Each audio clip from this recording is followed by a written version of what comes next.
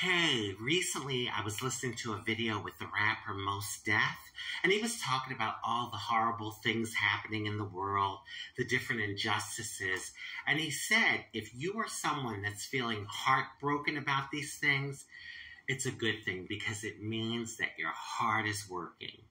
He said, if you're someone that's feeling heartbroken and frustrated, he says it means that you are a functioning, sane human being. I'm paraphrasing, but that's basically the message he had. And it made me feel good because sometimes I'm here in this world and I'm hearing all the horrible things going on, and I feel heartbroken. I feel frustrated. I feel helpless because I want to be able to do something to make things better. And I notice when I bring up these topics of, the horrible things that are happening, the injustices, there's some people in my circle that you can tell don't really want to talk about it. They seem to be really uncomfortable. And I get it. Everyone deals with things differently. There's some people when something's going on bad, they want to turn their head and pretend like it's not happening and, basically ignore it, and that's their way of dealing with it. There's some power to that. I've been studying science of mind for a number of years. It's the study of the universal laws, one being the law of attraction. And basically, it is like you attract what you pay attention to, and it becomes bigger and more. So I get that there's power in that. I've used it in my life.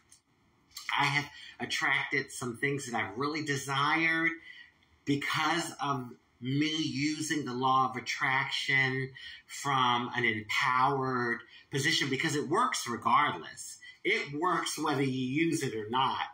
And a lot of people use that law by default. So you just kind of get what you get.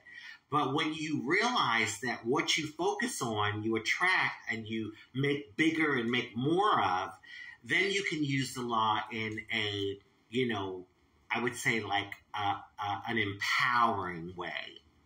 So what I'm finding, though, is there's a balancing act, because the law of attraction, the universal laws, it's the way to go as far as I've seen in my life.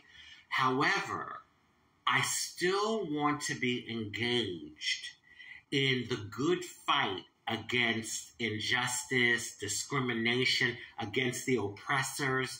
I want to be engaged in that because I feel like I just can't live my life and be here on the planet sucking up air and not do anything about it, like at least try to do something about these horrible things. And so because if you think about it, hell, if people didn't stand up during the civil rights movement, we'd probably still have slavery here in America. Like, there's a point where you do have to stand up against these bad things, these horrific injustices. You have to stand up or they'll just continue. But what I'm finding is, and I've given this some thought, a good amount of thought, is that maybe when you do stand up, if the thing that you're standing up against is injustice and what you want is justice, then the key is to stay focused on the justice, not the injustice, but the justice. And I'm a work in progress. I mean, I'm going along in life and I'm trying to live my life in the most empowering ways possible, but it really can be a balancing act. And I just thought I'd share this with people because for anyone that feels similar to how I feel, you're frustrated, you're heartbroken, you feel helpless, you don't want to get caught up in the mess, but at the same time you want to do something about it. Know that you're not alone. Know that you're not alone. And oh God, we just have to keep going forward, right? Towards what? Towards equality and equity for all human beings. Not some, but all. On that note, I want to wish everyone love, happiness, peace, good health, prosperity, and many wonderful blessings. Oh, and I'm Rajee Narinesingh, transgender activist, actress, spiritualist, author, show host, board member, and reality TV personality.